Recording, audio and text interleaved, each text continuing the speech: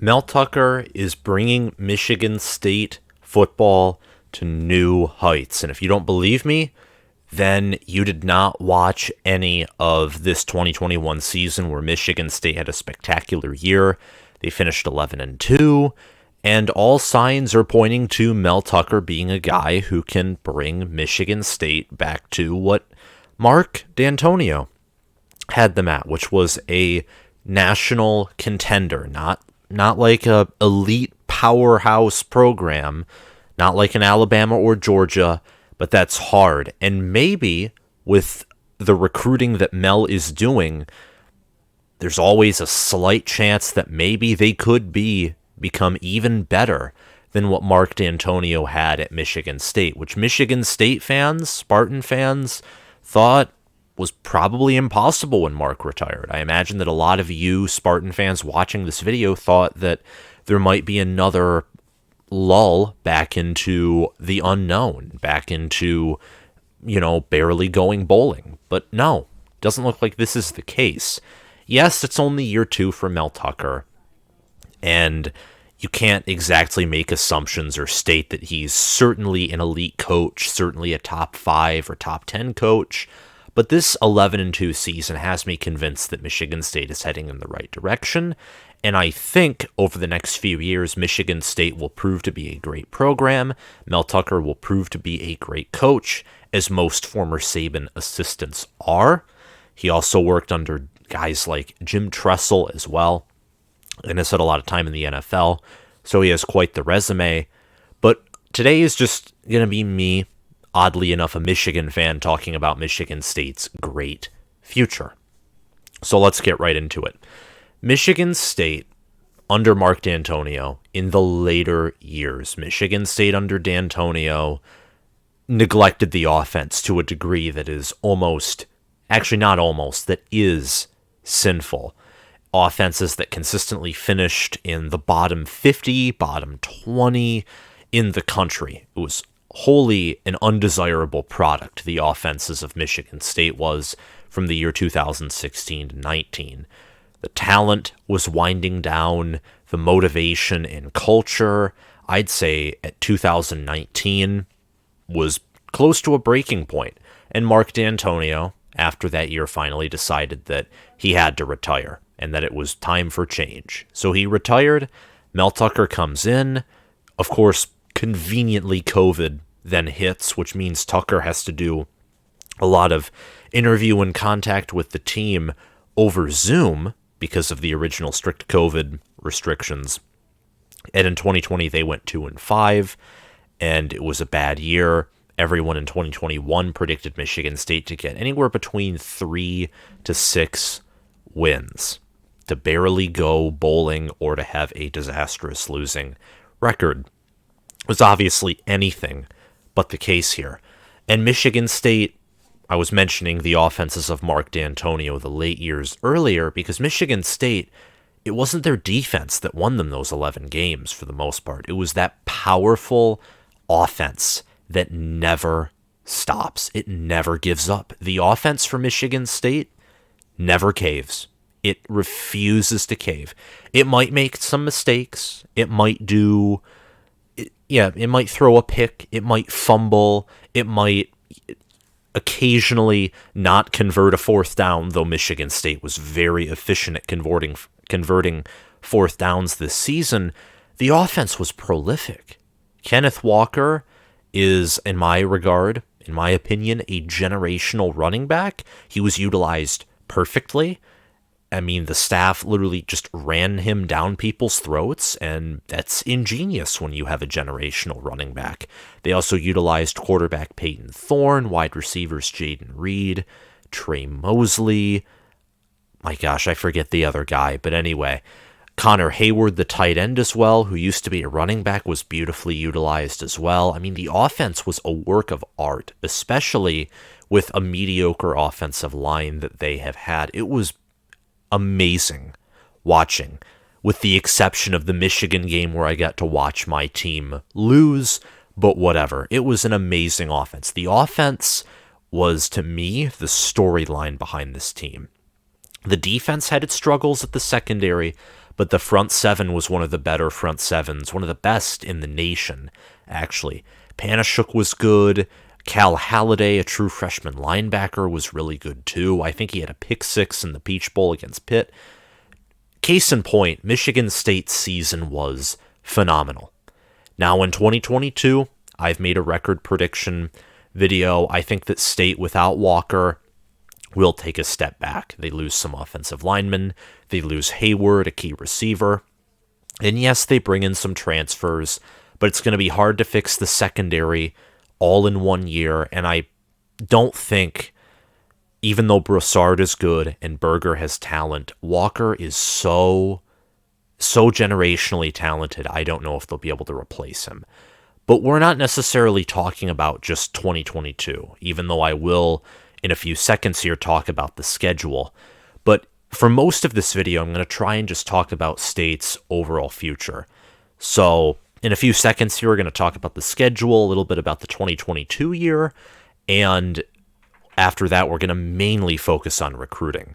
Because I think Michigan State, and for State fans, the big picture is overwhelmingly 9 out of 10, 10 out of 10 positive. I'm very confident, even though I don't like it, removing bias. As a Michigan fan from myself, I'm moderately confident Michigan State will at one point in these next few years compete for a Big Ten title, whether that's playing in Indy, whether that's winning Indy, or whether that's coming in within one play of a very close game of reaching Indy. Michigan State will be a big-time, legitimate contender here in a few years. Perhaps even next year they might surprise everyone again. But Michigan State's 2022 schedule looks like this. They open up with some easy home games against Western Michigan and Akron. I think the Western game will gauge how the season goes, because from my understanding, Western Michigan, I think, returns Caleb Ellaby and some of that wide receiver talent as well. And I think that will gauge to a certain degree how quickly that your secondary improves. Akron will be a pushover. No question that will be a win. At Washington is where the toughness of this schedule begins to show itself. By the way, the Western Michigan game September 3rd, the Akron game September 10th, the Washington game September 17th. I'm just going to quickly run through all the schedule before coming back to the Washington game. Minnesota's the 24th, at Maryland October 1st, hosting Ohio State October 8th, hosting Wisconsin October 15th. State then has a bye week the 22nd and travels to Michigan the 29th. They host Illinois, they play at Illinois, the 5th, host Rutgers the 12th, play Indiana the 19th, and finally travel to Penn State the 26th. Washington, going back to that game, will be tough. It's a road environment in a loud stadium. They do have a new head coach there, and I mean, to me, their recruiting class is in disarray. Their program seems to be in a mess, so I think that will be a win for State. You look at Minnesota, that I think at this point is a toss-up. I'm very high on Minnesota. They're solid all around, except for their passing game. That should be a good game. Maryland, I think State will beat Maryland. Ohio State, I do see as a loss for obvious reasons. Michigan State is just not there yet talent-wise. They don't have a good secondary, but Michigan State and Mel Tucker are trying to fix that, specifically with recruiting, which we're going to be talking about in a few minutes here. Hosting Wisconsin will be tough, but I think with Graham Mertz at quarterback, I just think that Michigan State will have the upper hand on the Badgers. Traveling to Michigan will be tough, and even though part of me does want to say that State will win this game, not want to say, just looking at things and looking at past histories, I do finally believe that my Michigan Wolverines will get their win over Mel Tucker. At Illinois could be on upset alert, but I think that Michigan State's more talented than the Illini, and they do have more returning starters. Hosting Rutgers and hosting Indiana should be no problem for Michigan State to deal with. Traveling to Penn State will be a tough one. I think that is kind of a toss-up like Minnesota, but I think Beaver Stadium's a hard environment to play in. Penn State has a talent advantage for sure. They're going to want to finish the year strong. I'd give that game to Penn State. So I'm thinking for 2022, an 8-4, 9-3 kind of look. Michigan State returns several of their starters. I think they return their entire linebacker core. They return safety Xavier Henderson and parts of their secondary. They return some of their defensive line as well. About half or more of their offensive line leave, along with tight end Connor Heyward. I forget which wide receiver leaves, but I know certainly one of them does. Kenneth Walker obviously leaves as well, but they return Jayden Reed and Payton Thorne, which is absolutely huge for Spartan football. And I think those two are going to be a deadly and frustrating combination to deal with.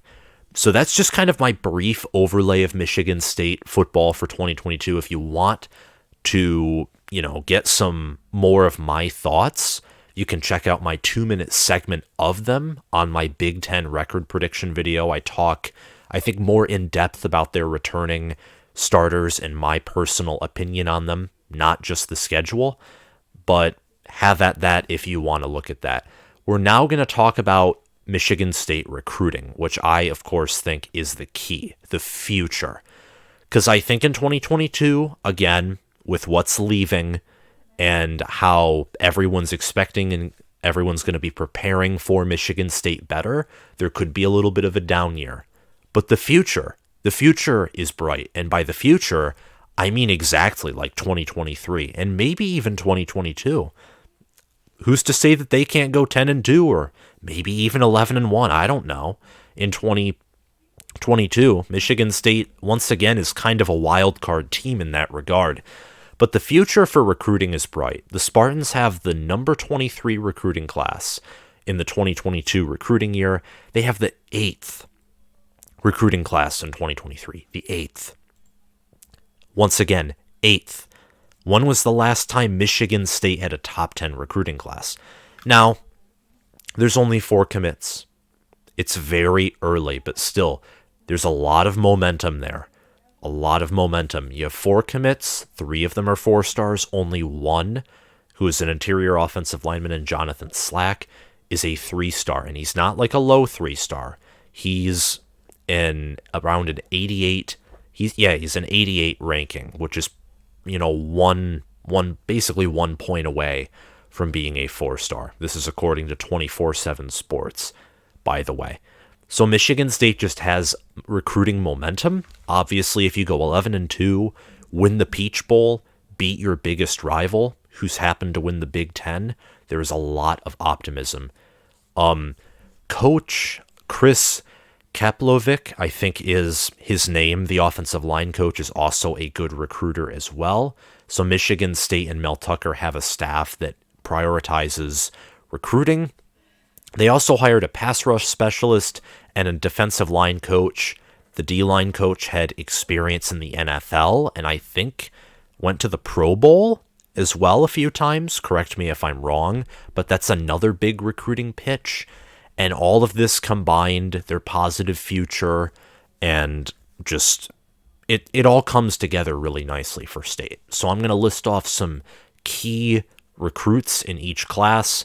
First off, for 2022, Alex Van Sumeren on the defensive line, 6'3", 300 pounds. He's a top 200 prospect. He's already enrolled at Michigan State as well. He's from Essexville, Michigan. Originally committed to Michigan, actually, but when his brother transferred to Michigan State, he decided to recommit to the Spartans. Caton Hauser, a quarterback, is another key piece. I think that, him being a 4-star, a top 250 prospect, especially him being from California too, it's huge. California has a rich history with quarterbacks, and it's good that Michigan State is dipping their toes in California for a possible, recruiting pipeline there. That would be really useful to dip into that California talent. And he's a really talented kid. 4-star quarterback. I don't know the last time Michigan State had one of those. It'll be interesting to see how he develops. Same with Van Sumeren. I think Van Sumeren has a better chance to obviously start early and have an earlier impact. But once Thorne is gone, it seems that the job at quarterback will likely be Hauser's. Jeremy Bernard, a wide receiver, is another 4-star. Dylan Tatum, who I actually met at, I think it's the Guaranteed Rate Bowl or something. It was a bowl game in Detroit, Michigan. I actually got a picture of him there. That was really awesome. He's going to be another player who could have some impact. He's a 4-star. Jaden Mangum, also from Michigan. Both him and Tatum are from Michigan. They're both athletes as well. Both top 300 prospects and both 4-stars. Those are just some key players, specifically enrollees, as those players are going to have more time to develop. They're getting in the system earlier, and that should benefit them in their football careers. Some key prospects for 2023, not prospects, commits, would be Andrew DePape from Pleasant Valley, and he's from Bettendorf, Iowa. Kedrick Riscano is from New Caney, Texas. He's a running back. Andrew is a defensive lineman. Both of them are 4-stars. Interestingly enough, DePape is a top 150 prospect. Top 150. So Michigan State recruiting well at the defensive line position with Van Sumeren and him, both 4-stars, both highest ranked recruits for Michigan State at this point. Brennan Parachek is a 4-star tight end for State, and Jonathan Slack, interior offensive lineman. He's a 3-star and the 4th member of State's 2023 recruiting class so far. So a bright future for both of these classes. I do expect Michigan State to regularly pull top 15 recruiting classes. Quarterback and wide receiver are areas of strength. And yes, I did mention the defensive line as well. But even under D'Antonio in the later years, the defense always had strengths to it. It was recruited better and developed better, schemed better than the offense was. And I want to emphasize for Michigan State that they do have strengths on the offense. At quarterback, Payton Thorne is a really good quarterback. Having Hauser back there will be amazing as well for State. And at wide receiver, you have Jayden Reed, and you do have, going back to the 2022 recruiting class, you have Jeremy Bernard, who is a wide receiver, a 4-star. And from what I remember, you can always correct me if I'm wrong, I think Dylan Tatum did have some wide receiver play. He is an athlete, but I guarantee you he did have some wide receiver play. Again, correct me if I'm wrong. I'm not, I don't know everything, so feel free to correct me. The heavy use of the transfer portal also. State, let's go back and mention some of their top transfer portal guys here. Daniel Barker is their highest ranked transfer here. He is a tight end from Illinois. Jarek Broussard, I think, will be the biggest impact player from that transfer portal bunch, a running back from Colorado, who I think was recruited there by Mel Tucker as well. I think he was the Pac-12 Freshman of the Year, or Pac-12 Offensive Player of the Year, pardon me, in 2020. Was not utilized well this past season by Colorado. So he transfers to the guy. And he transfers to a guy who he knows can utilize his talents at running back. You also got cornerback Amir Speed from Georgia, Chris Bogle, an edge rusher from Florida, Aaron Brule, a linebacker from Mississippi State, Jacoby Windman, another linebacker from UNLV. I've read on an article the reason 2 linebackers were recruited, even though State already has a solid linebacker core, is Michigan State is looking for some better pass rushers so that they can penetrate and pressure those elite offensive lines like Michigan and Ohio State, which they struggled to do this past season. And don't forget Jalen Berger either, who is a transfer from Wisconsin. Though in my opinion, I think Jarek Broussard will be a much better option at running back than Berger will be. But who knows? I could be totally wrong. So the transfer portal, I think, will be permanent. I think that Michigan State, it'll be hard for them to pull consistent top 10, top 5 classes without constantly winning the Big Ten. So for the next few years, I would expect the transfer portal to be constantly used by Michigan State to replenish lost players. And if Michigan State continues this success, they could also pull even more talented prospects from the portal as well. And where I'm going to end this video at is how high is State's ceiling over the next few years. They went 11-2 this year.